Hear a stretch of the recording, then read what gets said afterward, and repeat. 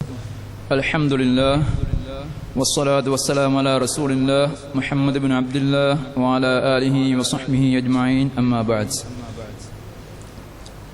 சென்ற நிகழ்ச்சியின் ஆரம்பத்தில்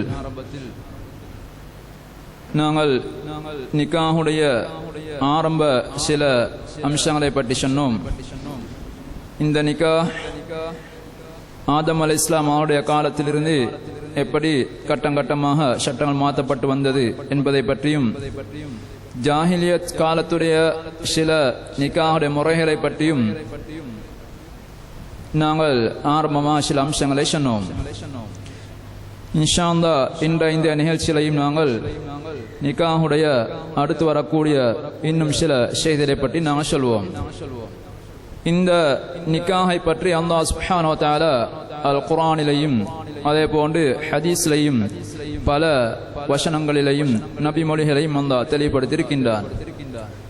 அல்லாஹ் சுப்ஹானஹு வ தஆலா குர்ஆனில் பல வசனங்களில் நிக்காஹ் சம்பந்தப்பட்ட செய்திகளை சொல்லி காட்டியிருக்கின்றான். குறிப்பாக சூரத்துல் பக்ராவிலையும் அதே போன்று சூரா தலாக், நிசா போன்ற பல வசனங்களில் பல சூறாக்களில் அல்லாஹ் இந்த சட்டங்களை சொல்லி காட்டியிருக்கின்றான்.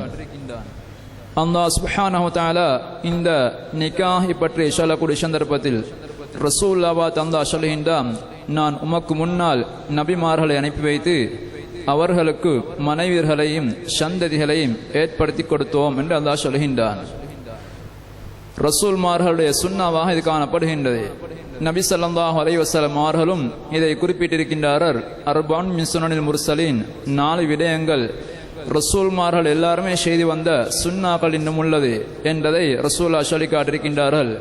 அதை உறுதிப்படுத்தக்கூடியதாகத்தான் இந்த வசனம் காணப்படுகின்றது. இங்கே அல்லாஹ் சுப்ஹானஹு வ தஆலா பல ரசூல்மார்களை எங்களுக்கு முன்னால் நாங்கள் அனுப்பியிருக்கின்றோம், அவர்களுக்கு மனைவியர்களையும் சந்ததிகளையும் ஏற்படுத்தி கொடுத்திருக்கின்றோம் என்று அல்லாஹ் சொல்கின்றான். எனவே ரசூல்மார்களுடைய ஒரு சுன்னாவாக காணப்படுகின்றது. அதே போன்று அல்லாஹ் சுப்ஹானஹு வ தஆலா இன்னொரு வசனத்தில் வஅன்கிஹுல் அயாமா மின்கும் வஸ்ஸாலிஹீன மின் இபாதிக்கும், அல்லாஹ் குறிப்பிடுகின்றான், உங்களில் விதவையர்களாக இருக்கக்கூடியவர்களுக்கும் நீங்கள் மறுவாழ்வு ஏற்படுத்தி கொடுத்து அவர்களுக்கு நிக்காஹ் செய்து வையுங்கள் என்று அல்லாஹ் குறிப்பிடுகின்றான். விதவைகளை கூட அப்படியே விதவைகளாக விட்டுவிடாமல் அவர்களுக்கும் மறுவாழ்வு ஏற்பாடு செய்து நிக்காஹ் செய்து கொடுங்கள் என்று அல்லாஹ் சொல்கின்றான். அதே போன்று வஸ்ஸாலிஹீன மின் இபாதிக்கும், உங்களுடைய அடிமைகளில் உங்களுடைய கைவசம் காணப்படக்கூடிய அடிமைகளுக்கு கூட அவர்களிலேயும் நல்லவர்களுக்கு நிக்காஹுடைய அந்த சக்திகளை அந்த தரத்தை எல்லாம் பெற்றிருக்கக்கூடிய, குடும்ப வாழ்க்கையை நடத்தக்கூடிய தகமைகளை பெற்றிருக்கக்கூடிய உங்களுடைய அடிமைகளுக்கு கூட நீங்கள் நிக்காஹ் செய்து வையுங்கள் என்று அல்லாஹ் சுப்ஹானஹு வ தஆலா குறிப்பிடுகின்றான். எனவே அந்த அடிமைகள் கூட, எங்களுடைய பணிவிலேக்காக வேண்டி வைக்கப்பட்டிருக்கக்கூடிய அடிமைகள் கூட அவர்களுக்கும் இந்த நிக்காஹ் செய்து வைக்கப்பட வேண்டும் என்று அல்லாஹ் சுப்ஹானஹு வ தஆலா அங்கே குறிப்பிட்டிருக்கின்றான். அடுத்ததாக ரசூலுல்லாஹி ஸல்லல்லாஹு அலைஹி வஸல்லம் அவர்கள் பல ஹதீஸ்களில் இதன் சிறப்புகளை சொல்லி காட்டியிருக்கின்றார்கள். நிக்காஹ் என்பது எனது வழிமுறைகளில் உள்ளது, அந்நிக்காஹ் மின் சுன்னதி, நிக்காஹ் என்பது எனது வழிமுறைகளில் உள்ளது என்ற கருத்தை பல ஹதீஸ்களில் ரசூல் ஸல்லல்லாஹு அலைஹி வஸல்லம் சொல்லி காட்டியிருக்கின்றார்கள். எனவே இந்த நிக்காஹ் யாராவது புறக்கணிப்பாரா இருந்தால், நான் பிரம்மச்சாரியா வாழ்வேன், திருமணம் செய்ய மாட்டேன் என்று யாராவது அப்படி பிரம்மச்சாரித்தனத்தை மேற்கொள்ள யாராவது முடிவு செய்வாராயிருந்தார், அவர் என்னை சார்ந்தவர் அல்ல என்று ரசூல் ஸல்லல்லாஹு அலைஹி வஸல்லம் அவர்கள் குறிப்பிடுகின்றார்கள். எனவே நிக்காஹ் செய்வதை இங்கே ரசூலுல்லாஹ் வலியுறுத்தியிருக்கின்றார்கள். இந்த ஹதீஸ் இப்னு மாஜால பதியப்பட்டிருக்கின்றது. பல அறிவிப்புகளில் இது ஆதாரபூர்வமாக அறிவிக்கப்பட்டிருக்கின்றது. அதே போன்று இன்னொரு ஹதீஸில் ரசூலுல்லாஹி ஸல்லல்லாஹு அலைஹி வஸல்லம் அவர்கள் வாலிபர்களை பார்த்து சொல்கின்றார்கள், யா மாஷர ஷபாப், வாலிபர்களே, மனிஸ்ததா மின்குமுல் பாத, உங்களுக்கு உங்களை யாருக்கு திருமணம் செய்வதற்குள்ள வசதி வாய்ப்புகள், அதாவது பொருளாதார ரீதியாகவும் உடல் ரீதியாகவும் அவர்களுக்கு சக்தி யாரிடம் காணப்படுகின்றதோ அவர்கள் திருமணம் செய்து கொள்ளட்டும், அவர்கள் திருமணம் செய்து கொள்ளட்டும் என்று சொல்லிவிட்டு அதனுடைய பிரயோஜனத்தை ரசூல் ஸல்லல்லாஹு அலைஹி வஸல்லம் சொல்லி காட்டுகின்றார்கள். அதனால் ஏற்படக்கூடிய விளைவு அது உங்களுடைய பார்வையை தாழ்த்து செய்கின்றது. ஹராமான பார்வைகள், நீங்கள் பார்க்க கூடாதவர்களை பார்ப்பதை விட்டும் ஹராமான அம்சங்களை பார்ப்பதை விட்டும் அது உங்களுடைய பார்வை தாழ்த்து செய்கின்றது. அதே போன்று உங்கள் அஃபத்தையும் அது பாதுகாக்க செய்கின்றது என்று ரசூலுல்லாஹி ஸல்லல்லாஹு அலைஹி வஸல்லம் அவர்கள் சொன்னார்கள். அந்த ஹதீஸின் தொடரிலே இன்னொரு ரசூலுல்லாஹ் சொன்னார்கள், அதாவது உங்களை யாருக்கும் அவ்வாறு நிக்கா செய்வதற்குள்ள வசதி வாய்ப்பு அவரிடம் இல்லாமல் இருக்குமா இருந்தால், நிக்கா செய்வதற்குள்ள வசதி வாய்ப்பு இல்லாமல் இருக்குமா இருந்தால் ஃபஅலைஹி பிஸ்ஸௌம், அவர் நோம்பு நோட்டுக்கொள்ளட்டும், அவர் நோம்பு நோட்டுக்கொள்ளட்டும். ஏனென்றால் அந்த நோம்பு அவருடைய ஆசையை, உடல் ஆசையை அப்படியே கட்டுப்படுத்தக்கூடிய, இல்லாமலாக்கக்கூடிய, அவர் எல்லை மீறி பாவத்துக்கு சென்று விடாமல் அவரை பாதுகாக்கக்கூடிய ஒரு அம்சமாக அந்த நோன்பு காணப்படுகின்றது என்று நபி ஸல்லல்லாஹு அலைஹி வஸல்லம் அவர்கள் சொன்னார்கள். இதே போன்று பல ஹதீஸ்களில் ரசூலுல்லாஹி ஸல்லல்லாஹு அலைஹி வஸல்லம் அவர்கள் நிக்கா செய்வதை வலியுறுத்தியிருக்கின்றார்கள். இந்த நிக்கா செய்வதனுடைய சட்டம், நாங்கள் பொதுவாக எந்த ஒரு செயலை நாங்கள் எடுத்துக்கொண்டாலும் அதுக்கு இஸ்லாமிய தீர்ப்பு கொண்டு இருக்கின்றது. சில சட்டங்களை பொறுத்தவரையில் சில அம்சங்கள் வாஜிபண்டோ அல்லது சுன்னாண்டோ அல்லது ஹராம் அண்டு மக்ரூ, இப்படி ஏதாவது நாங்கள் தீர்ப்புகள் செய்வோம். இந்த நிக்கா பொறுத்தவரையில் அதனுடைய இஸ்லாமிய தீர்ப்பு, அதிலே நாங்கள் சில அறிஞர்கள் அதுக்கு பல தீர்ப்புகளை சொல்லியிருக்கின்றார்கள். இதில் மிக 2 தீர்ப்புகள் தான் எனக்கு பொருத்தமானது. அதாவது நிக்கா செய்வது ஒருவருக்கு கட்டாயம், அவருக்கு வாஜிப் என்ற கட்டத்துக்கு வந்து சேரும். இங்கே 3 நிபந்தனைகள் சொல்லப்பட்டிருக்கின்றன. அந்த 3 நிபந்தனைகள் மாவட்டத்தில் காணப்படுமா இருந்தால் அவருக்கு நிக்கா செய்வது கடமை, வாஜிப் என்ற நிலைக்கு அவர் வந்து சேர்வார். ஒன்று, அந்த நிக்கா செய்வதற்கான வசதி எல்லாம் மாட்ட காணப்பட வேண்டும், மஹர் கொடுக்க வேண்டும். நிக்காவுக்கு பின்னால் தனது மனைவிக்கு தேவையான பொருளாதார வசதிகளை செய்து கொடுக்க வேண்டும். அந்த மனைவிக்கு பொருத்தமான ஒரு இடத்தை தெரிவு செய்து அவளை குடியிருத்தாட்ட வேண்டும். இதுக்கெல்லாம் வசதிகள் ஆடத்தில் காணப்படுமா இருந்தால் அவருக்கு அந்த காணப்படுவது முதல் நிபந்தனை. 2வது, அவருக்கு அந்த உடல் ரீதியாக நிக்காம் பக்கம் தேவை இருக்க வேண்டும். அவருக்கு நிக்காம்பேல் விருப்பம் இருக்க வேண்டும், நிக்காம் பக்கம் தேவை இருக்க வேண்டும். 3வதாக, அவர் நிக்கா செய்யவில்லை என்றிருந்தால் விபச்சாரம் போன்ற பாவங்களில் ஈடுபட்டு விடுவார் என்ற பயம் ஆடத்தில் காணப்படுகின்றது. இந்த 3 நிபந்தனை மாடத்தில் காணப்படுமா இருந்தால் அவருக்கு நிக்கா செய்வது வாஜிபாகி விடுகின்றது. எனவே அவருக்கு வசதி இருக்கின்றது, நிக்கா செய்யாவிட்டால் பாவத்தில் போய் விழுந்திடுவார் என்று பயம் இருக்கின்றது. எனவே பாவத்தை விட்டும் பாதுகாப்பது ஒரு கட்டாயம். அந்த பாவத்தை விட்டும் பாதுகாப்பதற்கான வழி இங்கே நிக்காகத்தான். எனவே அவர் நிக்கா செய்வது கடமையாக இருக்கின்றது. சில நேரங்களில் அவருக்கு நிக்காம்பேல ஆசை இருக்கலாம், ஆனால் அதற்குள்ள வசதி இல்லாமல் இருக்கலாம். பாவம் நடக்கும்போது பயம் இருக்கின்றது, ஆனால் வசதி இல்லை. எனவே வசதி இல்லாத சந்தர்ப்பத்தில் அவர்கள் செய்ய வேண்டியதை நான் ஏற்கனவே சொன்ன ஹதீஸில் ரசூலுல்லாஹ் சொல்லி காட்டினார்கள், அவர் அதிகமாக நோம்பு நோட்க வேண்டும். எனவே வசதி இல்லாதவருக்கு ரசூலுல்லாஹ் திருமணம் செய்யும்படி சொல்லவில்லை, அவர்கள் அதிகமாக நோம்பு நோட்டுக்கொள்ள வேண்டும். அவ்வாறு நோம்பு நோட்டு தனக்கு ஒரு பாதுகாப்பை எடுத்துக்கொள்ள வேண்டும். ரசூலுல்லாஹி ஸல்லல்லாஹு அலைஹி வஸல்லம் அவர்கள் நோம்பை பற்றி சொல்லக்கூடிய சந்தர்ப்பத்திலையும் அஸ்ஸாமு ஜுன்னா, நோம்பு என்பது எங்களை பாவங்களை விட்டு பாதுகாக்கக்கூடிய ஒரு கேடயம் என்று சொல்லியிருக்கின்றார்கள்.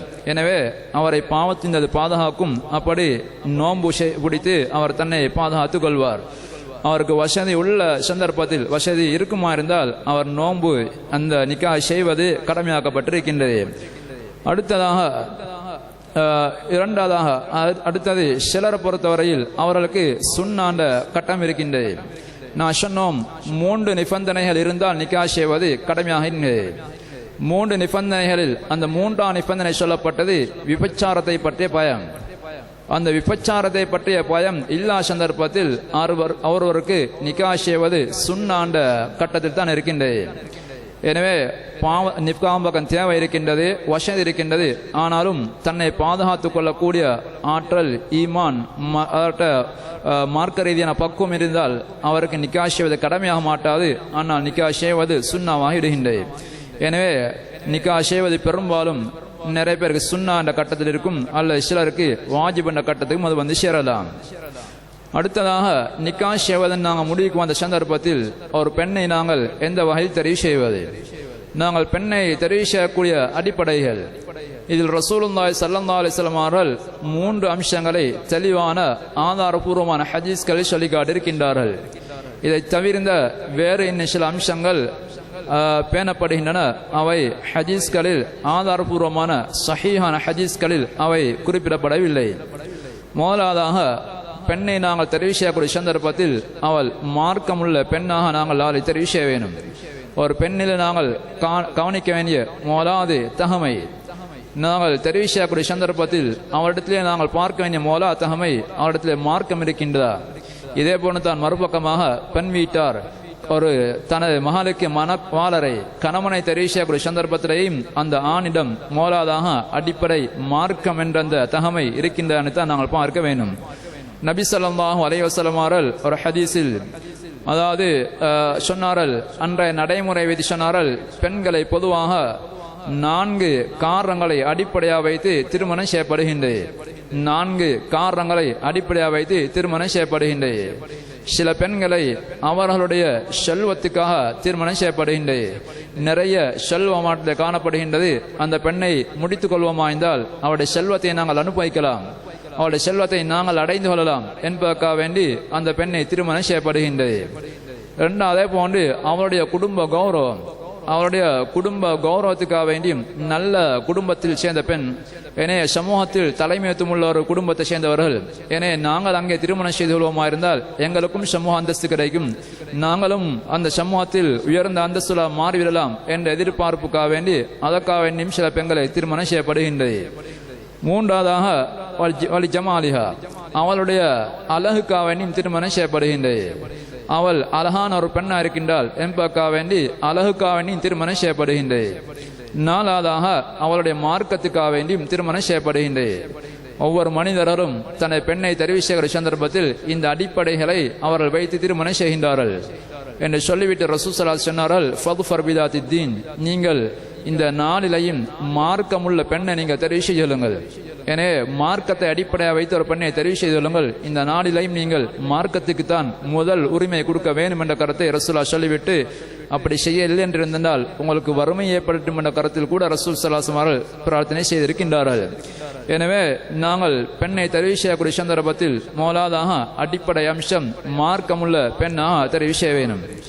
2ஆவதாக பெண்ணை தெரிவு செய்யக்கூடிய சந்தர்ப்பத்தில் நாங்கள் முடிக்கக்கூடிய சந்தர்ப்பத்தில் அந்த பெண் ஏற்கனவே வாழ்க்கைப்படாத ஒரு கன்னி பெண்ணாக இருப்பது விரும்பப்பட்டிருக்கின்றது. கன்னி பெண்ணாக இருப்பது விரும்பப்பட்டிருக்கின்றது. நான் அன்றைய சென்ற நிகழ்ச்சியில் சொன்னேன், ஜாபிர் ரலியல்லாஹு அன்ஹு அவர்கள் திருமணம் செய்தார்கள். அதாவது ஏற்கனவே வாழ்க்கைப்பட்ட கணவனை இழந்த ஒரு பெண்ணை திருமணம் செய்தார்கள். நபி ஸல்லல்லாஹு அலைஹி வஸல்லம் மாடத்தில் தான் திருமணம் செய்த செய்தியை வர சொன்ன நேரத்தில் நபி ஸல்லல்லாஹு அலைஹி வஸல்லம் கேட்கின்றார்கள், நீங்கள் ஒரு கன்னி பெண்ணை திருமணம் செய்தீர்களா அல்லது விதவை பெண்ணை திருமணம் செய்தீர்களா என்று கேட்ட நேரத்தில், யா ரசூலல்லாஹ், நான் ஒரு விதவை பெண்ணை தான் திருமணம் செய்தேன் என்று சொன்னார்கள். அந்த நேரத்தில் ரசூல் ஸல்லல்லாஹு அலைஹி வஸல்லம் அவர்களை பார்த்து கேட்கின்றார்கள், ஹல்லா பிக்ரன் தஸவ்வஜ்த, நீங்க ஒரு கன்னி பெண்ணை திருமணம் செஞ்சிருக்க கூடாதா?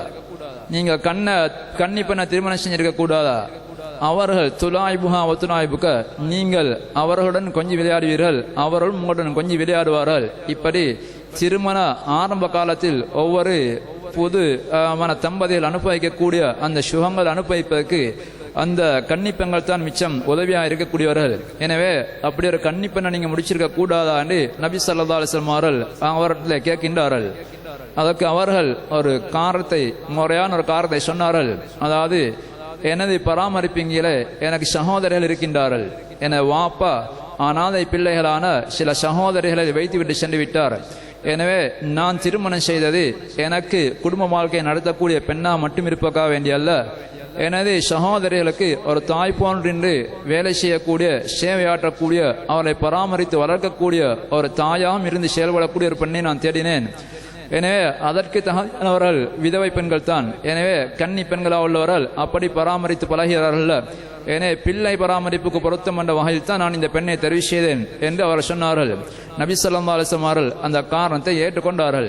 எனவே இப்படிப்பட்ட சில காரணங்கள் இருக்குமா இருந்தால் அவர்கள் விதவை பெண்ணை முடித்தால் பரவாயில்லை. எனவே அதுபோன்று இன்னும் வேற சில காரணங்களுக்காக முடித்துக் கொள்ளலாம். சில நேரங்களில் சில விதவை பெண்களுக்கு வாழ்க்கை இல்லா போற சந்தர்ப்பங்கள் இருக்கின்றன. எனவே அவர்களுக்கு வாழ்வளிப்பதற்காக வேண்டி அது போன்ற சில அவருடைய எத்தியங்கள் இருக்கின்றார்கள், அவர்களை பராமரிப்பதற்கு யாரும் இல்லை, நாங்கள் திருமணம் செஞ்சு அவர்களை பராமரிக்கலாம். இது போன்ற சில நல்ல நோக்கங்களை அடிப்படையாக வைத்து விதவை பெண்களை முடிப்பதில் பிரச்சனை இல்லை. ஆனால் அடிப்படையில் கன்னி பெண்களை தெரிவு செய்வதுதான் சிறப்பாக்கப்பட்டிருக்கின்றது. அதே போன்று மூன்றாவதாக அதிகம் அதாவது பிள்ளை பெறவும் அதே போன்று அதிகம் அன்பு செலுத்தக்கூடியமான பெண்ணை நாங்கள் தெரிவு செய்வதும் சுன்னத்தாக்கப்பட்டிருக்கின்றது. அதுவும் நாங்கள் அந்த பெண்ணிடத்தில் எதிர்பார்க்கக்கூடிய ஒரு மூணாவது தகமையாக காணப்படுகின்றது. எனவே இதில் அந்த பெண்ணுடைய குணங்களை அறிந்து பெண்கள் அந்த பெண்ணிடத்தில் அதிகம் இரக்க சுபாவம் இருக்கின்றதா, திருமணம் முடித்ததுக்கு பின்னால் கணவனுடன் இரக்கமாக வாழ்க்கை நடத்துவாரா என்பதை நாங்கள் அறிந்து கொள்ள வேண்டும். அதே போன்று அந்த பெண்ணிடத்தில் பிள்ளை அதிகம் பெறக்கூடிய ஆற்றல் இருக்கின்றதா என்பதை நாங்கள் அறிந்து கொள்ள வேண்டும். அதை குடும்ப அமைப்பை வைத்து அந்த தாயை அடிப்படையாக வைத்து அந்த குடும்பத்தில் அவருடைய சகோதரிகள் அந்த குடும்பத்தில் இருக்கக்கூடிய பெண்கள் அதிகம் பிள்ளை பெற்றிருக்கின்றார்களா இல்லையா என்பதை வைத்து நாங்கள் ஓரளவு தீர்மானத்துக்கு வரலாம். எனவே இந்த 3 அடிப்படையை ரசூல் ஸல்லல்லாஹு அலைஹி வஸல்லம் சொல்லியிருக்கின்றார்கள். அதாவது மார்க்கமுள்ள பெண்ணை தெரிவு செஞ்சு சொல்லுங்க, அதே போன்று கன்னி பெண்ணாக உள்ள பெண்களை விரும்பத்தக்கது, அதே போன்று அதிகம் பிள்ளை பெறக்கூடிய அன்பு காட்டக்கூடிய பெண்களை தெரிவு செய்து கொள்ளுங்கள் என்ற கருத்தை ரசூல் ஸல்லல்லாஹு அலைஹி வஸல்லம் அவர்கள் சொல்லியிருக்கின்றார்கள். இதை தவிர அழகான பெண்களை நாங்கள் தெரிவு செய்யலாமா? அதாவது சிலர் அழகான பெண்களை என்ற அடிப்படையில் பெண்களை தெரிவு செய்ய முற்படுவார்கள். அழகை பார்ப்பது மார்க்கத்தை அடிப்படையாக கொண்டு பெண்ணுடன் அதனுடன் அடித்ததாக நாங்கள் அழகை பார்ப்பதில் பிழை இல்லை. மார்க்க பெண்ணாகவும் தெரிவு செஞ்சு அழகான பெண்ணாக தெரிவு செய்ய முடியுமா என்றால் அது பிழை இல்லை. எனவே மார்க்கம் இல்லாவிட்டாலும் பரவாயில்லை, அழகிய பெண் தான் தேவை என்று வருவதுதான் பிழையான அம்சம். மார்க்கம் உள்ள பெண் என்று நாங்கள் எதிர்பார்த்து அதனுடன் அழகும் இருக்கக்கூடிய ஒரு பெண்ணை நாங்கள் தெரிவு செய்ய முற்படுவோமா இருந்தால் அது பிழை இல்லை. ஒரு ஹதீஸில் ரசூலுல்லாஹி ஸல்லல்லாஹு அலைஹி வஸல்லம் அவர்கள் சொன்னார்கள், பெண்களை சிறந்தவர்கள் யாருன்னு சொன்னா நீங்க அவங்கள பார்த்தீங்கண்டா அவங்க அவங்கள சந்தோஷப்படுத்தணும் என்ற கருத்தை ரசூலா சொன்னாங்க. அது சந்தோஷப்படுத்தோம்னு சொல்லக்கூடியது அது அழகுக்கும் வாய்ப்பு இருக்கின்றது. தெளிவாக ரசூலா அங்கே அழக சொல்லல. ஆனாலும் நீங்க பார்க்கக்கூடிய சந்தர்ப்பத்தில் அவனோட தோற்றத்தால அவனோட நடவடிக்கைகளால அவனோட நடத்தைகளால அவனோட பண்புகளால உங்களை சந்தோஷப்படுத்தக்கூடிய பெண்கள் தான் மிக சிறந்த பெண்கள் என்ற கருத்தை ரசூல் ஸல்லல்லாஹு அலைஹி வஸல்லம் சொல்லி காட்டினார்கள். இந்த ஹதீஸ் அடிப்படையாக வைத்து சில அறிஞர்கள் மேற்சொல்லப்பட்ட மார்க்கம் போன்ற அம்சங்களுடன் அழகை நாங்கள் பார்த்து கொண்டதில் பிரச்சனை இல்லை. ஆனால் அழகு அடிப்படை அம்சமாக வந்துவிடக்கூடாது என்பதுதான் ஹதீஸ்களின் கருத்து. எனவே நாங்கள் இந்த அடிப்படைகளை வைத்துத்தான் ஒரு பெண்ணை நாங்கள் தெரிவு செய்ய வேண்டும். அடுத்ததாக பெண்களை நாங்கள் கல்யாணம் பேச்சுவார்த்தை நடத்துவது. நாங்கள் ஒரு பெண்ணை நாங்கள் எங்களோட உள்ளத்துக்கு எடுத்துட்டோமா இருந்தால் நாங்கள் அந்த பெண்ணை கேட்டு செல்ல வேணும். இதுதான் அடிப்படை. ரசூலுல்லாஹி ஸல்லல்லாஹு அலைஹி வஸல்லம் காலத்தில் இன்றும் அரபு நாட்டில் பெரும்பாலும் ஒரு ஆண் தான் பெண்ணுக்கு பொறுப்புதாரியாக இருக்கக்கூடிய ஒரு இடத்துல பெண் கேட்டு செல்வார். ரசூலுல்லாஹி ஸல்லல்லாஹு அலைஹி வஸல்லம் காலப்பகுதியில் மறுமுறைக்கு நடந்திருக்கின்றது. எங்களோட ஊர்களில் நாங்கள் இன்றைக்கு பெண் வீட்டால் தான் மாப்பிள்ளை கேட்டு போவாங்க. அதான் இன்றைக்கு நிறைய நடக்கின்றது. கொமரு பிள்ளை வைத்து கொண்டிருக்கக்கூடியவங்க அவங்க மாப்பிள்ளை வீட்டுக்கு நல்ல தகுதியான துறை இருந்தால் அங்கே போய்த்து மனவாளர கேட்பார்கள்.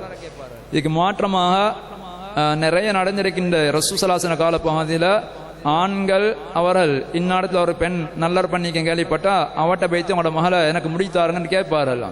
நேரமாகவோ அல்லது மறைமுகமாக கேட்பார்கள். ஏன்னா இதுதான் பெரும்பாலும் நடந்தது. மற்ற முறையும் பிழையல்லாம். ஏன்னா ரசூலுல்லாஹி ஸல்லல்லாஹு அலைஹி வஸல்லம் அவர்கள் மோலா திருமணம் செஞ்சாங்க ஹதீஜா ரலியல்லாஹு அன்ஹா அவர்களே. ஏன்னா ஹதீஜா ரலியல்லாஹு அன்ஹா அவர்கள் தான் ரசூல்லா அவங்க கல்யாணம் பேசி போனாங்க.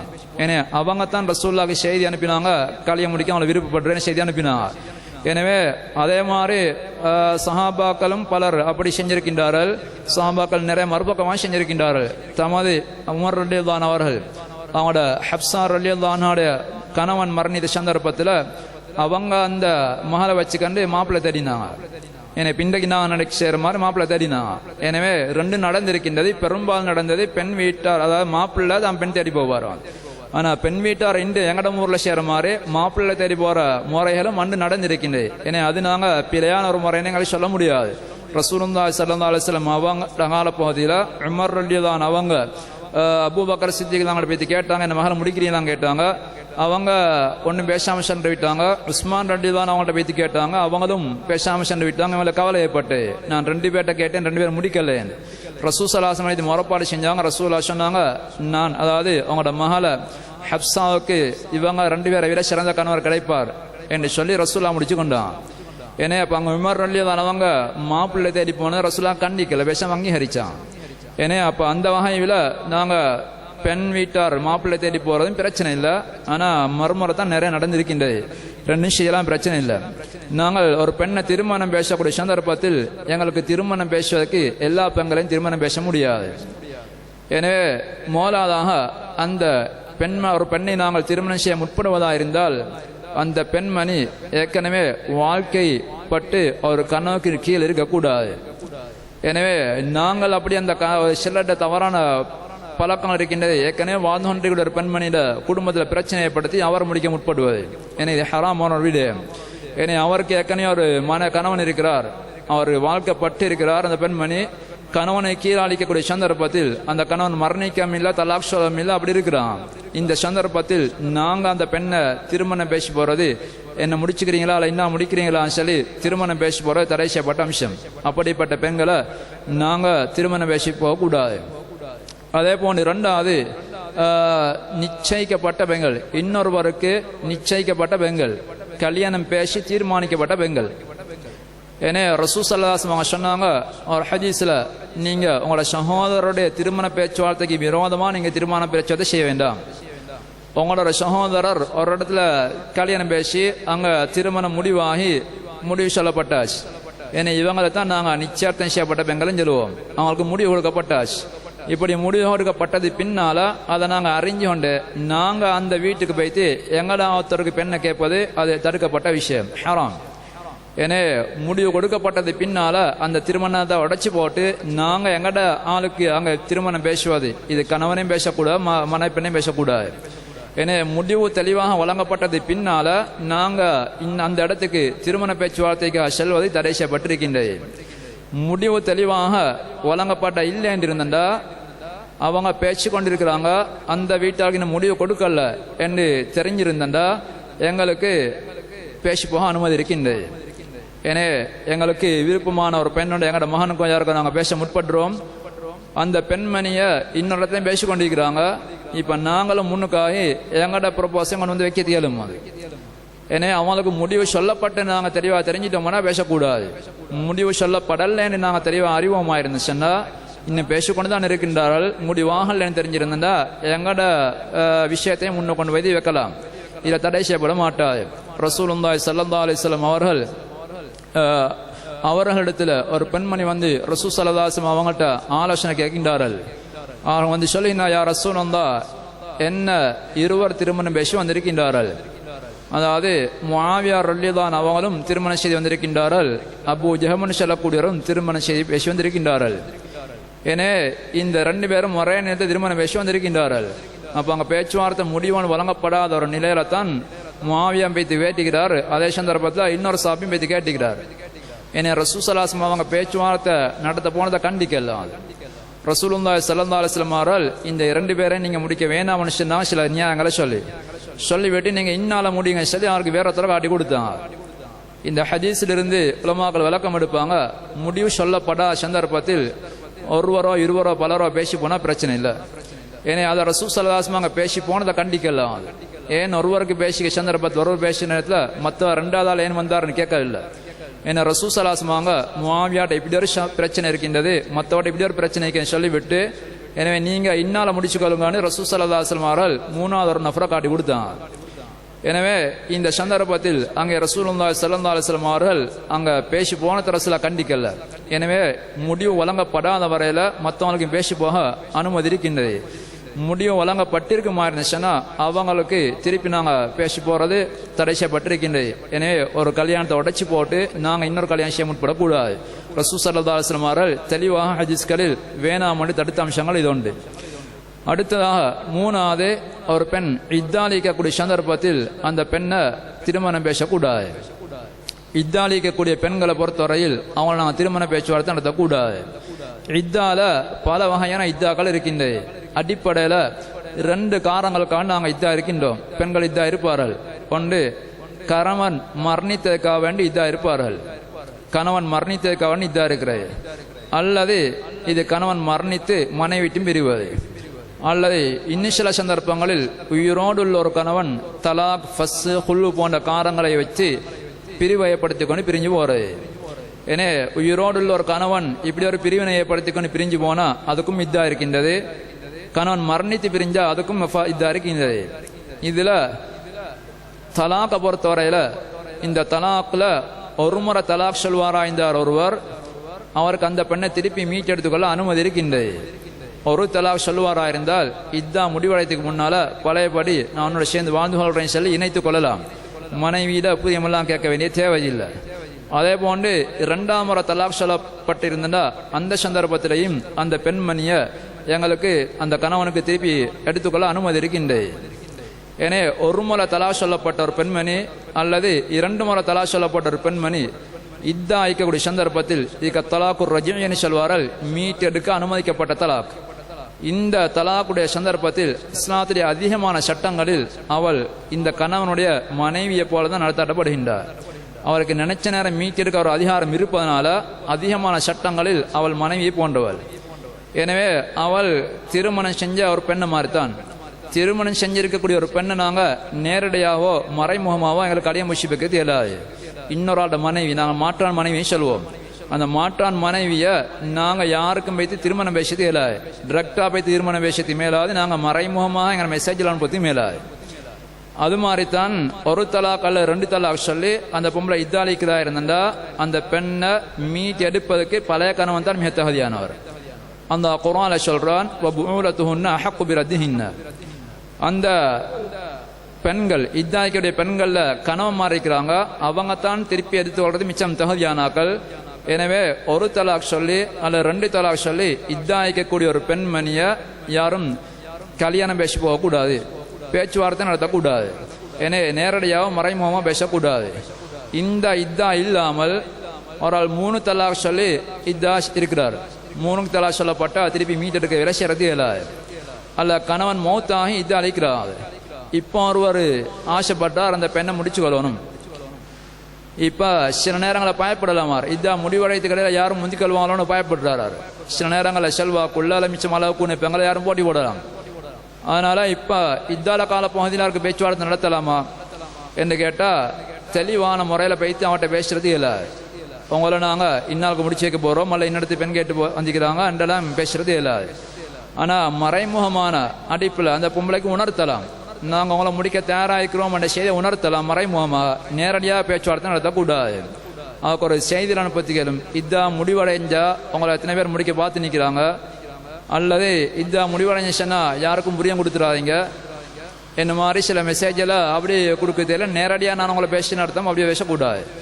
மறைமுகமாக உணர்த்த அனுமதிக்கப்பட்டிருக்கின்றது. இப்படி மௌத்துக்காக இதாக்கக்கூடிய அல்ல 3 தலாக் சொல்லி இதாக்கக்கூடிய பெண்களை பேச சந்தர்ப்பத்தில் ஒரு தலாக் அல்ல 2 தலாக் சொல்லி இதாய்ப்பதா இருந்தால் அந்த பெண்களிடத்தில் எந்த விதமான பேச்சுவார்த்தையும் நிக்கா சம்பந்தமாக வேறத்தர் பேசக்கூடாது. ஏன்னா இருக்கக்கூடிய கணவரார் மீட்டு இருக்கலாம், அவருக்கு அனுமதி இருக்கின்றது. அவர் முடிச்சு கொள்ற சந்தர்ப்பத்தில் அது பிரச்சனை இல்லை. இன்னொருத்தருக்காக வேண்டி இன்னொருவர் அப்படி திருமணம் செய்வது தடை செய்யப்பட்டிருக்கின்றது. அடுத்ததாக நாங்கள் ஒரு பெண்ணை பேசுவதற்கு நாங்கள் முடிவெடுத்துட்டோமா இருந்தால், ஒரு பெண்ணை நாங்கள் திருமணம் செய்வதற்கு முடிவெடுத்தால் அந்த பெண்ணை எங்களுக்கு பார்ப்பது சுன்னத்தாக்கப்பட்டிருக்கின்றது. அந்த பெண்ணை நாங்கள் பார்ப்பது சுன்னத்தாக்கப்பட்டிருக்கின்றது. ரசூலுல்லாஹி ஸல்லல்லாஹு அலைஹி வஸல்லம் அவரிடத்துல முஹிரத் பின் ஷுபா ரலியல்லாஹு அன்ஹு அவர்கள் வந்து சொல்லுகின்றார், யா ரசூலல்லாஹ், நான் இப்படி ஒரு பெண்ணை திருமணம் பேசியிருக்கின்றேன் என்று சொன்ன நேரத்தில் நபி ஸல்லல்லாஹு அலைஹி வஸல்லம் அவங்கள்ட்ட கேட்டாங்க, அன்னதர்த இலைஹா, நீங்க அந்த பெண்ணை பார்த்தீங்களான்னு கேட்டாங்க. நீங்க அந்த பெண்ணை பார்த்தீங்களான்னு கேட்டாங்க. அப்ப அவங்க சொன்னாங்க இல்லைன்னு பதில் சொல்றாங்க. அவங்க இல்லைன்னு பதில் சொன்ன நேரத்தில் சொன்னாங்க, உந்துரி இலைஹா, நீங்கள் அவங்கள போய் பார்த்து கொள்ளுங்க, நீங்க பார்க்காம அப்படி திருமணம் முடிக்க வேண்டாம், பார்த்து கொள்ளுங்க. அப்படி பார்த்து கொண்டீங்க சொன்னா உங்களுக்கு இடையில நிரந்தரமான உறவு தொடர்வதற்கு அது காரணமாக அமையலாம், உதவியாக அமையலாம். பார்க்காம முடித்துட்டோம்டா சில நேரங்களில் சொல்வார்கள், அதாவது எல்லாரும் நல்ல பசங்க சொன்னாங்க, அந்த மாதிரி இல்லை பார்த்தா முடிச்ச பிறகு அப்போ இந்த பிரச்சனை வந்து பிறகு விடுபடலாம் வந்து அல்ல அப்படி இப்படி எல்லாம் பிரச்சனை வரத்துக்கு ஏழும் வந்து. ஏன்னா இந்த நிலைமையெல்லாம் வராமல் இருப்பதற்கு நேரத்தோட நாங்கள் பார்த்துக்கொள்வோமா இருந்தால் எங்களுக்கு கல்புல உள்ளத்தில் அந்த பெண்ணுடைய தோற்றம் இருக்கும், நாங்கள் ஏமாற்றம் அடைஞ்சவங்களுடைய செய்தி பின்னா வரமாட்டாது. எனவே அப்போ ரசூலா சொன்னாங்க, உங்களுக்கு இடையில நிக்காட வாழ்க்கை தொடருவதற்கு அது அறிந்து விடாமல் பாதுகாக்கப்படுவதற்கு மிச்சம் உதவி அமையும். எனவே நீங்கள் பார்த்துக்கொள்ளுங்கன்னு ரசூலா சொன்னாங்க. எனவே அதே போன்று ரசூலுல்லாஹி ஸல்லல்லாஹு அலைஹி வஸல்லம் அவங்கள்ட்ட இன்னொரு சஹாபி அபூ ஹுரைரா அறிவிக்கிறாங்க, இன்னொரு வந்து ரசூலுல்லாஹ்ட்ட வந்து சொன்ன நேரத்தில் திருமணம் செய்ய போகிற சொன்ன நேரத்தில் ரசூலுல்லாஹ் சொன்னாங்க, இத்ஹப் வந்துர் இலைஹா, நீங்கள் போயிட்டு அந்த பெண்ணை முதல்ல பார்த்துட்டு வாங்க சொன்னாங்க. ஏன்னா பார்க்குறாங்கிற தான் அசில்ல உண்மையில ரசூலுல்லாஹ்ல காட்டப்பட்ட சுன்னா வழிமுறை. இதுக்கு பதிலாக இன்றைக்கி எங்கள்கிட்ட சில ஃபோட்டோக்களை நாங்கள் அனுப்புறது, அதில் இது மூலமாக பெண்கள் நாங்கள் பார்க்குற அமைப்பெல்லாம் காணப்படுகின்றது. ஆனால் இஸ்லாம் காட்டி தந்த முறைக்கு அதுதான் சரியான முறை, உறுதியான முறை. நாங்கள் ஃபோட்டோக்களை கூட ஏமாற்றப்படலாம். ஃபோட்டோக்களில் கூட நாங்கள் அதில் கலர் ஃபோட்டோக்கள் மூலமாக அல்லது இன்னொருத்தர ஃபோட்டோ வழங்கப்பட்டு இப்படியெல்லாம் ஏமாற்றப்பட வாய்ப்பு இருக்கின்றது. அல்லது சில நேரங்களில் பல வருஷங்களுக்கு முன்னால் எடுக்கப்பட்ட ஒரு ஃபோட்டோவை கொடுத்து இப்படியெல்லாம் ஏமாற்ற வாய்ப்பு இருக்கின்றது. ஏன்னா இதெல்லாம் தவிர்த்து விட்டு சுன்னா வந்து நாங்கள் நேரடியாக பார்ப்பதான். அதில் நாங்கள் ஏமாற வேண்டிய தேவையில்லை. நாங்களே நேரடியாக பார்க்கின்றோம். அந்த பெண்ணுடைய தேவையான நிறம் எப்படி இருக்கின்றது, உடம்பு அமைப்பு எப்படி இருக்கின்றது எல்லாம் பார்க்கலாம். எனவே பார்க்கறதுக்கு அது ஓவியம் அமைந்திருக்கின்றது. எனவே நாங்கள் பார்க்கிற அந்த சுன்னாவை நிறைவேற்றுறதுக்கு அந்த நேரடியாக பார்ப்பதான் சரியான முறை. நாங்கள் ஃபோட்டோ நாங்கள் எடுப்பது மூலமாக பல விபரீதங்கள் இருக்கின்றது. ஏன்னா அடிப்படையில் ஃபோட்டோ எடுக்கலாமா இல்லையான ஒரு பிரச்சனை கூட அங்கே இருக்கின்றது. ரெண்டாவதாக அந்த பெண்ணை நாங்கள் ஃபோட்டோ எடுப்பதற்கான சில நேரங்களில் கேமரா ஸ்டூடியோக்கள் நாங்கள் அழைக்க வேறு சந்தர்ப்பத்தில் அந்த பெண்ணை அந்நிய ஆண்கள், பார்க்கக்கூடாத ஆண்கள் அந்த பெண்ணுடைய உடம்பை தொட்டு மேக்கப் பண்ணி இப்படியெல்லாம் அங்கே பெண்ணை ரெடியாக தயார் செய்யறதுமே நாங்கள் பார்க்க தேடும். அதே மாதிரி அந்த ஃபோட்டோக்கள் கொடுக்கப்படக்கூடிய சந்தர்ப்பத்தில் அது பல நண்பர்களும் அதை காட்டுவார்கள். சில மார்க்கமுள்ளவர்கள் அவர்கள் பார்த்துவிட்டு வைத்துக் கொள்வார்கள். எனவே அவர்கள் சில நேரங்களில் நாங்கள் இந்த நிறைய வாலிபர்களை காண்கிட்டோம், இதுதான் எனக்கு பேசிக்கிற பண்ணப்பா சொல்லி ஃபோட்டோ காட்டுவார்கள். எனவே பலருடைய கைக்கு அது செல்ல வாய்ப்பு இருக்கின்றது. அதே மாதிரி சில நேரங்களில் அந்த கல்யாணம் விடுபட்டால் கூட அந்த ஃபோட்டோக்கள் அவருடைய கையில் இருந்து அதிலிருந்து ஏதாவது அவர்கள் வேறு ஏதாவது தில்லுமுள்ள செய்திக்கும் வாய்ப்பு இருக்கின்றது. ஏன்னா இது எல்லாத்தையும் நாங்கள் தவிர்க்கலாம். ரசூலா காட்டி தந்த முறையை நாங்கள் பேணுவோமா இருந்தால் அதுதான் பார்க்குற முறை. ஏன்னா பார்க்குறங்கிறத நாங்கள் நேரடியாக நாங்களே செய்யலாம். அல்லது எங்களுக்கு நம்பிக்கைக்குரிய எங்களோட தாயை எங்களோட சகோதரி அனுப்பி நாங்கள் பார்க்க வைக்கலாம், பிரச்சனை இல்லை. ஏன்னா பார்ப்பது எங்களுக்கு மார்க்கத்தில் அனுமதிக்கப்பட்ட ஒரு விஜயம் பார்க்கலாம். இந்த பார்க்கிறன்னு சொல்லக்கூடிய அந்த சுன்னா நாங்கள் நேரடியாக செய்யலாம். இதை நாங்கள் செய்யக்கூடிய சந்தர்ப்பத்தில் அந்த பெண்ணை பார்க்கும் பொழுது நாங்கள் அந்த பெண்ணுடைய முன் அனுமதியோடு பார்க்கலாம், பிரச்சனை இல்லை. இந்த நிறைய இப்படித்தான் நடக்கின்றது. நாங்கள் பேச்சுவார்த்தை நடத்துகின்றோம், அந்த குடும்பத்தார் அனுமதியோடு நாங்கள் அந்த பெண்ணை வைத்து பார்க்கின்றோம். ஏன்னா இப்படி பார்க்க அனுமதிக்கப்பட்டிருக்கின்றது, பிரச்சனை இல்லை. அந்த பெண்ணுக்கு தெரியாமல் கூட அவளோட முன் அனுமதி இல்லாமல் கூட பார்க்க அனுமதிக்கப்பட்டிருக்கின்றது. நாங்கள் ஒரு பெண்ணை முடிக்க வேணும், நாங்கள் தீர்மானத்துக்கு பின்னால் அவங்கள்ட்ட பேச்சு நாங்கள் உத்தரவு எடுக்க வேண்டிய கட்டாயம் எங்கள்கிட்ட இல்லை. அந்த பெண்ணை முடிக்க வேணும் என்ற நோக்கம் எங்கள்கிட்ட உறுதியாக இருக்குமா இருந்தால் நாங்கள் இதில் விளையாடிடக்கூடாது. உறுதியாக அப்படி முடிக்கிறேன் எண்ணம் எங்கள்கிட்ட காணப்படுமா இருந்தால் அந்த பெண்ணை நாங்கள் மறைந்திருந்தும் பார்க்கலாம். ஜாபிர் ரலியல்லாஹு அவர்கள் சொல்கின்றார்கள், நான் அந்த ஒரு பெண்ணை முடிக்கணும் என்ற தீர்மானம் செஞ்ச நேரத்தில் குந்து அத்தஹப்பா உலஹா, நான் அவர்கள் வார வழியில் நான் ஒளிச்சிருந்து பார்ப்பேன். அத்தஹப்பா உலஹா, அவர்கள் போகிற ரோட்டில் அவங்களோட வீட்டுக்கிட்ட ஒரு பகுதியில் அவங்க மறைஞ்சு கொள்வாங்க. மறைஞ்சிருந்து அவங்க பார்ப்பாங்க. என்னை பார்க்குறதை வந்து தவறான நோக்கங்கள் அல்ல, இங்கே அந்த பெண்ணை முடித்து கொள்ள வேண்டும் என்பதற்காக வேண்டி அவர்கள் அப்படி பார்ப்பார்கள். அவங்க சொல்கிறாங்க தஹப்பாலஹா, நான் அவங்களுக்கு ஒளிச்சிருந்து பார்ப்பேன், தெரியாது. ஏன்னா அந்த பெண்ணுக்கு தெரிய வேண்டிய அவசியம் இல்லை, தெரியாமலும் எங்களை பார்க்கலாம். ஏன்னா எங்களோட நோக்கம் சரியாக இருக்க வேணும். ஏன்னா நாங்கள் ரோட்டில் இருந்துக்கொண்டு வழியில் போகிற பெண்களை பார்ப்பது போன்று பார்த்துக்கிறதல்ல இது. ஏன்னா ஒரு பெண்ணை நாங்கள் முடிக்கணும் என்ற தீர்மானம் எங்கள்கிட்ட இருக்க வேணும். சரியாக இருந்தால் நான் முடிப்பேன் என்ற உறுதியான எண்ணம் இருந்தால் அந்த சந்தர்ப்பத்தில் எங்களுக்கு அந்த பெண்ணை பார்க்க அனுமதிக்கப்பட்டிருக்கின்றது. பார்க்கக்கூடிய சந்தர்ப்பத்தில் கூட எங்களுக்கு தேவை ஏற்படுமா இருந்தால் ஒரு முறை பார்த்து விட்டு மனசுக்கு திருப்தி இல்லாமல் இருக்குமா இருந்தால், அல்ல பார்த்து அதை ஒழுங்காக பார்த்து படலை என்ற ஒரு எண்ணம் இருக்குமா இருந்தால், இரண்டாம் முறையும் மூணாம் முறையும் தேவையாக இருந்தால் பார்க்க அனுமதிக்கப்பட்டிருக்கின்றது. எனவே பெண்களை எங்களுக்கு இது நாங்கள் தேவை போகிறது. இதில் நாங்கள் எங்களோட மனச்சாட்சிக்கு விரோதம் இல்லாமல் நாங்கள் நடந்து கொள்ள வேண்டும். இந்த மார்க்கம் தந்த சலுகைகளை நாங்கள் தவறாக பயன்படுத்திடக்கூடாது. ஏன்னா உண்மையை எங்களுக்கு முதலாம் முறை பார்த்து திருப்தி இல்லாமல் இருக்குமா இருந்தால், அது சரியாக ஒழுங்காக பார்த்து படலை என்ற நிலைமை காணப்படுமா இருந்தால், அல்ல வேறு ஏதாவது சந்தேகங்கள் வருமா இருந்தால் திருப்பி இன்னொரு முறையை பார்த்துக்கொள்ள வேண்டும் என்று மன சொல்லுமா இருந்தால் பார்க்கலாம். உறுதிப்படுத்திக் கொள்வதற்காக வேண்டி இப்படி பார்த்துக்கொள்ள அனுமதிக்கப்பட்டிருக்கின்றது, நாங்கள் பார்க்க அனுமதிக்கப்பட்டிருக்கின்றது. அடுத்ததாக பார்க்கக்கூடிய சந்தர்ப்பத்தில் அங்கே தனிமை ஏற்பட்டுவிடக்கூடாது. இது நிறைய இடங்களில் இந்த தவறு நடக்கின்றது. பெண்ணை ஒரு அறையில் வைத்து விட்டு அந்த அறைக்கு இந்த கல்யாணம் பேசக்கூடிய ஆணை மட்டும் அங்கே அனுப்பிடுவார்கள். எனவே இங்கே கல்யாண பேச்சுவார்த்தையோட ஆரம்பம் தான் இது. எனவே இந்த கல்யாணத்துடைய அக்கது நடக்கும் வரைக்கும் அந்த பெண் ஒரு அந்நிய பெண்மணி. ரசூலுல்லாஹி ஸல்லல்லாஹு அலைஹி வஸல்லம் அவர்கள் சொன்னார்கள், உங்களில் எந்த ஒரு ஆணும் ஒரு அந்நிய பெண்ணுடன் தனிமையில் இருக்கக்கூடாது. எனவே அந்த பெண்ணோட நாங்கள் தனிமையில் இருக்கக்கூடிய ஒரு நிலை வரக்கூடாது. நாங்கள் சுன்னா விஷய போய் அங்கே ஒரு ஹராத்தை செஞ்சுக்கொண்டு திரும்பி வரக்கூடிய நிலைமை வந்துடக்கூடாது. எனவே அங்கே பெண்ணுடைய மஹரங்கள் யாரும், அங்கே பெண்ணுடைய தகப்பனையோ அல்லது பெண்ணுடைய மஹரம் யாரையுமோ அல்லது இவர் தன்னுடைய தாய் சகோதரி போன்றவர்களை யாரை கூட துணைக்கு அழைத்து சென்று அப்படி பார்க்கலாம். எனவே தனிமை வந்து விடாமல் அங்கே நாங்கள் தடுத்து கொள்ள வேண்டும். அடுத்ததாக இந்த பெண்ணுடைய பார்க்கக்கூடிய சந்தர்ப்பத்தில் அந்த பெண்ணுடைய எந்தெந்த பாகங்களை நாங்கள் பார்க்கலாம். அந்த பெண்ணுடைய எந்தெந்த பாகங்களை பார்க்க அனுமதிக்கப்பட்டிருக்கின்றது. இதில் அறிஞர் கடையில் கருத்து வேட்டம் இருக்கின்றது. சில அறிஞர்கள் ஒரு பெண்ணுடைய முகத்தையும் அவருடைய மணிக்கட்டு வரைக்கும் உள்ள அந்த பகுதியை மாத்திரம்தான் பார்க்கலாம் என்ற கருத்தை சொல்லியிருக்கின்றார்கள். வேறு சில அறிஞர்கள் பொதுவாக அந்த பெண் வீட்டில் இருந்து வேலை செஞ்சிருக்கக்கூடிய சந்தர்ப்பத்தில் அந்த ஆடை அணிந்துட்டு இருப்பார். அப்படி அணிந்திருக்கக்கூடிய சந்தர்ப்பத்தில் சாதாரணமாக வெளிப்படக்கூடிய பாதைகளை பார்க்க அனுமதிக்கப்பட்டிருக்கின்றது. முகத்தை பார்க்கலாம், கழுத்தில் இது போன்ற பாதையில் பார்க்க அனுமதிக்கப்பட்டிருக்கின்றது. கையுறை இந்த பாதைகள் போன்ற பாதைகள் இதெல்லாம் வீட்டில் கூடிய சந்தர்ப்பத்தில் மறைச்சு கொண்டிருக்க மாட்டார்கள். அதே மாதிரி காலில் முழங்கால் பணியை கணுக்காலுக்கு அரவாசி பணி உள்ள பாதையில் பார்க்க அனுமதிக்கப்பட்டிருக்கின்றது. இதற்கு ஆதாரமாக உமர் ரலியல்லாஹு அவர்கள் அவருடைய ஆட்சியில் கடைசி பாதியில் அவர்கள் திருமணம் செய்து முடிவு செய்தார்கள். யாருன்னு சொன்னா அலி ரலியல்லாஹு அவங்களோட மகள், அலி ரலியல்லாஹு அவங்களோட மகள், அவங்களுக்கும் ஃபாத்திமா அவங்களுக்கும் இடையில் உம்மு குல்சூம் என்ற ஒரு பெண்மணி இருந்தார்கள். அந்த பெண்மணியை முடிப்பதற்கு அவர்கள் தீர்மானித்தார்கள்.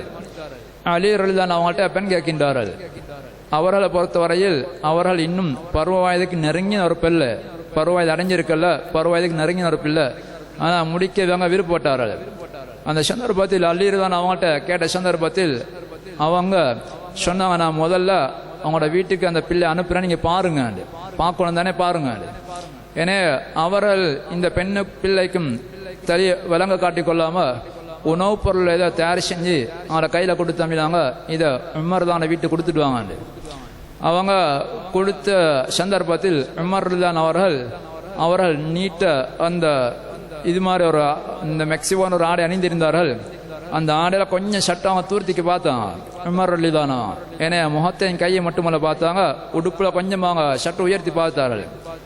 அப்ப இதை அடிப்படையாக வைத்து சஹாபாக்கள் அப்படி பார்க்குற வளமையில் இருந்திருக்கின்ற என்ற தீர்மானத்தை நாங்கள் கிளம்பு.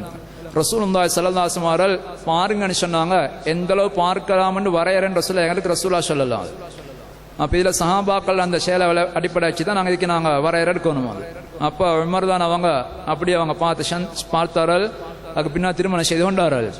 எனவே அந்த பெண்ணுடைய உடம்பில் சாதாரண சந்தர்ப்பங்களில் வெளித்தறையக்கூடிய முகம், கழுத்து போன்ற பகுதிகள், முழங்கைக்கு பனி உள்ள பகுதிகள், கீழே கால் பகுதி போன்றவற்றை பார்க்க அனுமதிக்கப்பட்டிருக்கின்றது. இதற்கு மேலால் பார்க்க அனுமதிக்கப்பட மாட்டாது. அடுத்ததாக திருமணம் இந்த பேசப்பட்ட பெண்ணை பொறுத்தவரையில் இந்த எங்கள்கிட்ட நடக்கக்கூடிய தவறுகள் தான். திருமணம் செய்யப்பட்ட ஒரு பெண்ணை பொறுத்தவரையில் அவர் திருமணம் முடிக்கப்பட்ட பெண்ணை போல் என்று பலர் பயன்படுத்த ஆரம்பிக்கின்றார்கள். எனவே இந்த அடிக்கடியாக கேட்கக்கூடிய ஒரு செய்திதான், எனக்கு பேசி வைக்கப்பட்டிருக்கக்கூடிய பெண்ணோட நான் பேசலாமா, பேசலாமான்னு கேட்பார்கள். எனவே சாதாரணமாக ஒரு அந்நிய பெண்ணுடன் நாங்கள் தேவைப்பட்ட பேசுவோம் தான் கேட்பார்கள். எனவே ஆனால் அடிப்படையில் நாங்கள் ஒரு அந்நிய பெண்ணுடன் தேவைக்கு பேசுவது அனுமதிக்கப்பட்டிருக்கின்றது.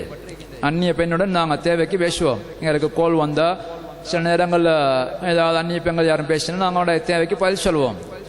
ஏன்னா நாங்கள் யாருக்கும் கால் பண்ணா வீட்டுக்கு சில பெண்கள் தூக்குவாங்க, நான் என்ன இருக்கின்றா இல்லைன்னு சொன்னால் அப்படிலாம் நாங்கள் ஏதாவது செய்தி சொல்லிட்டு வச்சுருவோம். அப்போ அந்நிய பெண்களுடன் அடிப்படையில் பேசுவது ஹராமான அம்சம் அல்ல. ஆனால் அப்போ இதை பொறுத்தவரையில் இங்கே அந்நிய பெண்கள் தான் இந்த கல்யாணம் பேசப்பட்ட பெண், அந்த பெண்ணும் எங்களுக்கு ஒரு அந்நிய பெண் தான்.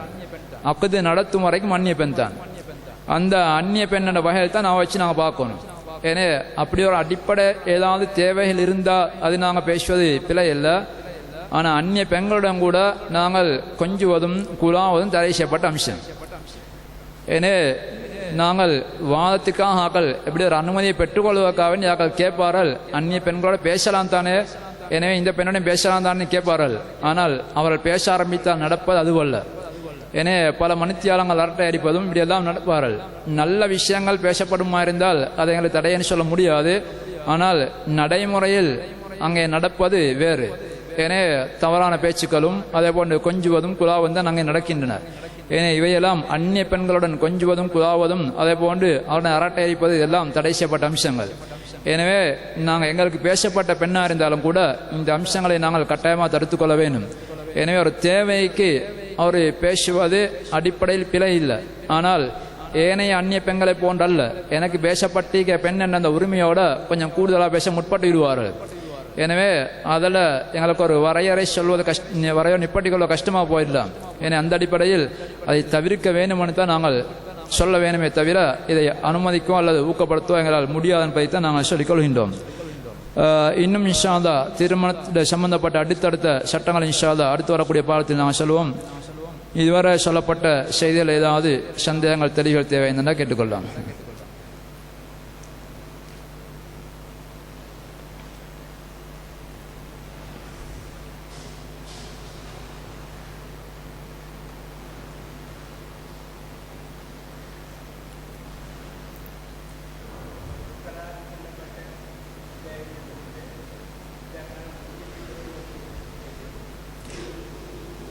அதாவது இத்தால காலம் முடிஞ்சிட்டா யாருக்கும் பேசலாம், அந்த பழைய கணவருக்கும் பேசலாம், வேளாக்களும் பேசி பேசியது கேளும்.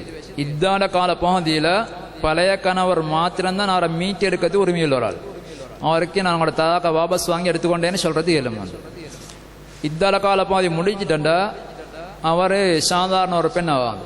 அவள் யாரும் பேசி வலிகாரனோட தொடர்பு கொண்டு பேசி முடிச்சு கொள்றது கேளும். இந்த பழைய கணவனு கூட இப்போ அவர் முறை சாதாரணராக மாறிடுவார். ஏற்கனவே மீட்டெடுக்க தீர்ந்த ரைட் யாருக்கு இப்போ இல்லை வாங்க. ஆனால் இப்போ அவர் சாதாரண ஒரு ஆள் தான். ஏன்னா வேறொருவருக்கு அந்த வலிகாரனை பேத்தி பொறுப்பு தாரிட்ட பேத்தி பெண் கேட்கறது ஏழ்மாய்க்கிற மாதிரி இவருக்கு பேத்தி கேட்கலாம். இப்போ வலிகாரம் புரியப்படணும், அந்த பெண்ணும் புரியப்படணும், மகரெல்லாம் திருப்பி கொடுக்கணும். அது ஒரு புதிய ஒரு கல்யாணத்தை போல அவருக்கும் செஞ்சு விடுறது தேரும், வேதாக்களுக்கும் பேத்தி பேசலாம். அது இதால எதுக்கும் வரைக்கும் தான் அந்த பெண்களை பேச்சுவார்த்தை நடத்தக்கூடாத சட்டம். அது இதா முடிஞ்சிட்டா யாருக்கும் மீது பேசலாம்.